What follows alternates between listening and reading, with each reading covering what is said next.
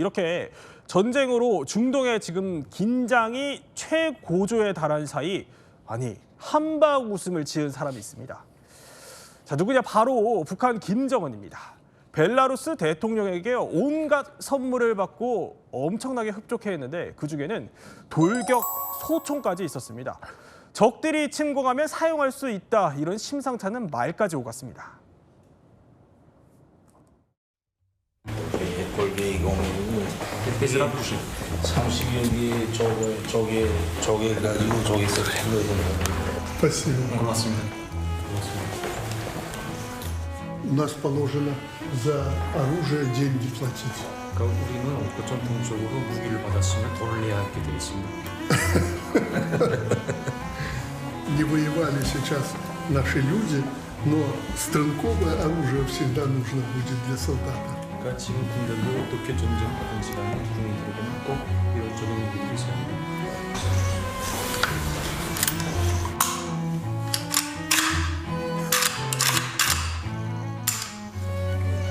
Все правильно. 다 정확히 하셨습니다. Оружием владеет Ким Чен Ын. 무기를 잘 다루신다는 것이 아닙니다. 감사합니다. 또 다들 왔습니다. На всякий случай, если враги появятся, 혹시 적들이 침공이 오면 이용하실 수 있습니다. 자, 저 벨라루스 대통령도요. 30년 넘게 집권한 유럽의 마지막 독재자로 불리더라고요. 보니까 이번에 평양을 방문해서 김정은에게 가져다는 선물만 뭐 이 정도입니다. 뭐 허리띠, 보드카, 거기에 돌격 소총까지. 자, 보면은 저렇게 김정은이 돌격 소총을 본인이 직접 장전까지 해보면서 굉장히 또 한박 웃음을 지는데 일단 반길치 교수님, 이 소총이 그렇게 대단한 겁니까? 저게 이제 돌격 소총에 담겨 있는 세 가지 의미가 있어서 그래요. 첫 번째는 Ким Чен Ын. 군사 연대.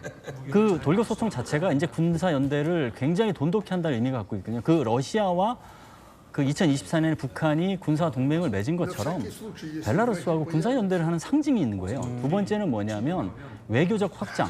저는 하이퍼 전략이라고 얘기하는데 핵무기를 등에 업고서 네. 북한이 외교적 전략적 확장을 하거든요. 한반도에 갇힌 국가가 아니라 네. 외교적으로 굉장히 지대를 넓히는 국가다라고 얘기를 하는데 벨라루스가 찾아줬잖아요, 대통령이. 네. 그런 의미가 있죠. 그리고 세 번째는 미국을 보고 한박 웃음을 웃는 거죠, 사실은. 그건 뭐냐면은 러시아 우크라이나 전쟁에서 벨라루스가 굉장히 전반에 나서줘서 지원해줬고 북한은 파병을 해줬고 그러니까 그 세 개 국가가 반미 전선을 형성하는 결속을 자랑하는 거예요. 그러니까 네. 미국을 보고 사실은 한박 웃음을 웃는 거죠, 사실. 사실은 저 한박 웃음이 총을 보고 웃는 것도 있지만 미국을 겨냥한 거다라는 설명을 해주셨는데 자, 이번에 그 벨라루스 대통령이요. 장신구도 하나 선물을 했습니다. 그러면서 이렇게 얘기를 하더라고요. 이거는 따님에게 드리십시오. 그러니까 김주애를 위한 선물도 특별하게 챙긴 걸 보면은 후계자가 내정됐다라는 사실을 벨라루스도 인식을 하는 듯한데 궁금한 건 지금 벨라루스가 북한한테 이렇게까지 하는 이유가 뭡니까? 체제 권력 구도도 우리가 세심히 챙기고 있다라고 우리가 그만큼 북한의 모든 것들을 잘 세심히 챙기고 우리가 보고 있다, 관심을 갖고 있다라고 보여주는 것이죠. 그래서 이게 뭐 일부 언론으로 따지면 김주애가 다음에 지도자가 될 것을 벨라루시가 인정했다 이런 얘기도 나오는데 그거보다는 그만큼 우리가 가까운 관계고 가장 민감할 수 있는 후계자 구도나 후계자 그것도 우리가 다 알고 우리가 지금 지켜보고 있다, 응원하고 있다, 뭐 그런 정도의 그 뭐라 그럴까 제스처 네. 그런 외교적 시그널을 보낸 거다 이렇게 보시면 될 것 리설트 같아요. 선물도 줬다 이런 얘기가 들리긴 하던데 북한 입장에서 어쨌든 이란 상황을 지금 보면서 김정은의 속이 상당히 좀 복잡할 텐데 외교적 고립이 고민되는 이 상황에서 저렇게 벨라루스가 떡 와준 게 상당히 든든할 것 같긴 합니다. 그래서 그런지요. 자, 저렇게 김정은이 김일성 광장에 뒷짐지고 저렇게 가가지고요.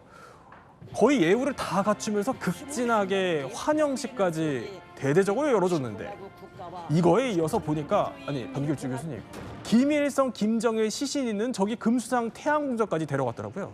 그렇죠. 지금 김정은 입장에서는 굉장히 벨라루스 대통령이 참 온 게 굉장히 든든할 거예요. 왜냐하면 북한이 이란하고 무엇이 다른 것인가를 굉장히 각인시켜야 돼요, 미국한테. 근데 내 뒤에는 러시아도 있고 벨라루스도 있고 든든한 후원군이 있다. 그리고 그렇게 그 북한을 찾게끔 그냥 모든 국가들이 북한하고 한번 잘 지내보고 싶어서 안다라는 모습은 결국 핵무기 때문이야. 그리고 핵무기가 그런 것을 추동시켰기 때문에 핵무기를 갖는 것에 대한 어떤 2차, 3차 어떤 이익 같은 걸 강조하는 것이죠. 그렇기 때문에 미국은 이러한 수준에서 북한을 바라보지 마라.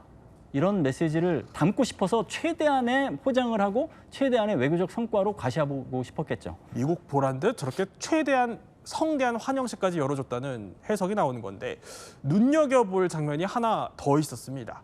자, 보면 회담하고 뭐 서명하는 이제 서명식 같은 것도 또 열었는데요. 보니까 저렇게 오른쪽에 김여정이 오빠를 도와주는 장면이 포착이 된 겁니다. 이번에 그 백승호 박사 총무부장으로 승진했다고 하는데 지금 저 장면 보면은 김여정을 여전히 좀 믿고 맡기는 것 같긴 해요. 네, 그런 분석들이 많이 나오죠. 왜냐하면 최근에 김여정이 국무위원회에서는 빠져서 이제 권력에서 밀려나는 거 아니냐, 김주애를 키우면서 밀려나는 거 아니냐 했더니 노동당 총무부장으로 자리를 잡았는데 그게 어떻게 보면 문고리 권력입니다. 그러니까 어떻게 보면 김정은에게 직보할 수 있는 그런 여러 가지 정보들을 자기네들이 그 게이트 키핑을 하는 역할을 하는 거니까 어떻게 보면 아직까지 김여정을 가장 믿는 측근으로 보고 있다라고 하는 것이 이렇게 이번에 보여줬다라고 보시면 될 것 같습니다.